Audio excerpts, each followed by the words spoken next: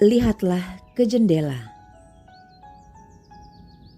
Dulu saat masih kerja, saya nggak pernah mengandalkan gaji saja. Pasti deh nyambi jualan. Ya jualan buku, ya jualan baju batik buat anak, ya jualan susu, ya jualan flash disk.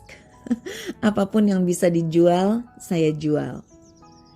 Saya nggak keberatan jualan ini itu, tapi saya pernah antipati sama MLM. Pernah sebel banget sama temen yang ngajakin bisnis MLM. Malah pernah di sebuah bisnis saya dengan sok tahu menceramahi seseorang yang berbisnis MLM. Tapi sekarang bisnis utama saya malah MLM. Bisnis ajak-ajak yang masih dipandang sebelah mata. Kalau dibilang bisnis MLM itu bisa jadi pelarian, mungkin benar. Saat mentok dengan bisnis konvensional yang saya tekuni, saya jadi lebih serius mencoba melihat peluang di bisnis MLM. Saat pintu terasa tertutup, akhirnya saya menoleh ke jendela. Enggak cuma satu jendela, tapi banyak. Oriflame bukan bisnis MLM pertama yang saya coba. Sebelumnya saya sempat menjajal bisnis MLM lainnya. Kalau dihitung-hitung, saya sudah pernah mendaftar jadi anggota 16-20 MLM loh. Banyak ya? Iya, saya cenderung berani menjajal macam-macam MLM karena modalnya relatif kecil. Bagaimanapun, membangun bisnis konvensional butuh modal besar bila dibandingkan dengan rata-rata modal awal bergabung dengan MLM.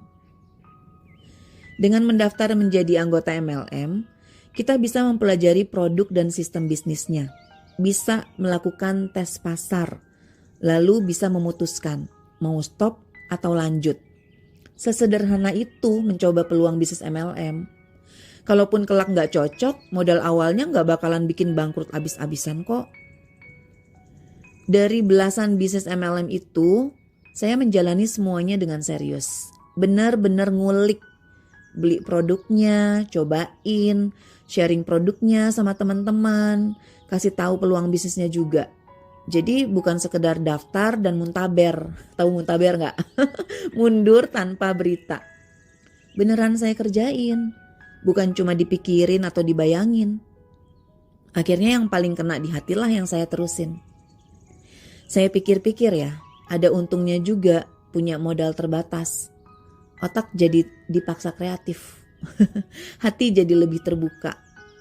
Coba kalau modal saya banyak, mungkin saya udah coba macam-macam bisnis konvensional. Atau barangkali sudah ngeborong beragam waralaba.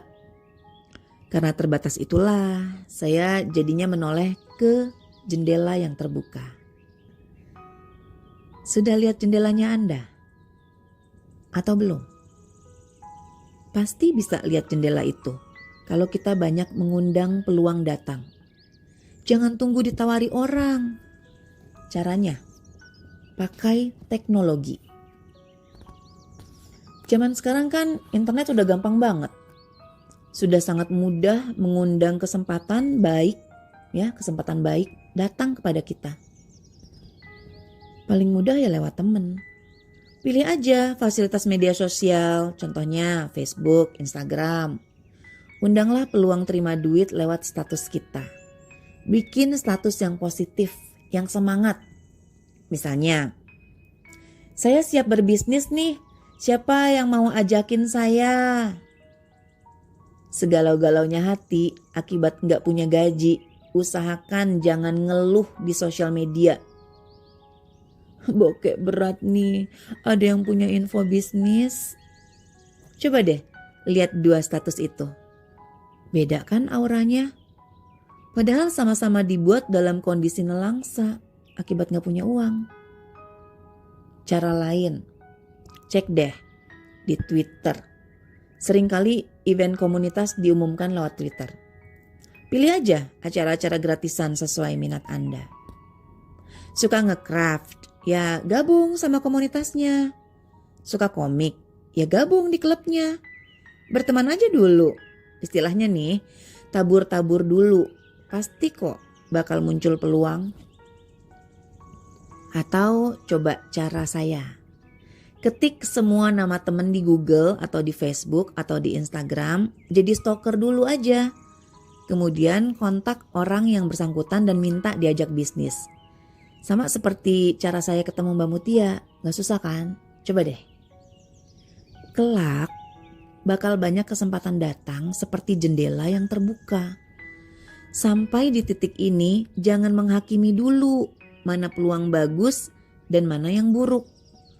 Siapin aja diri kita seperti gelas kosong untuk menampung semua informasi. Kelak semua bisa tersaring kok. Lalu cepatlah memilih. Jangan kelamaan mikir, nanti peluang keburu kabur. Lebih baik cepat lalu salah sehingga bisa diperbaiki ketimbang nggak mulai-mulai.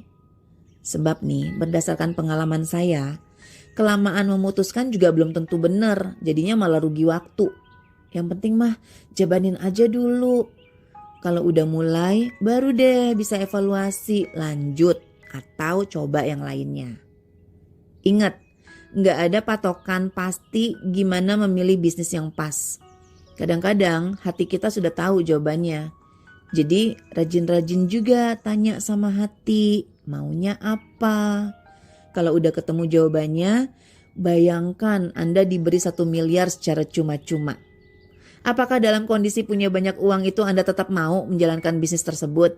Jika iya, bisa jadi itu pilihan hati, maka lanjutin.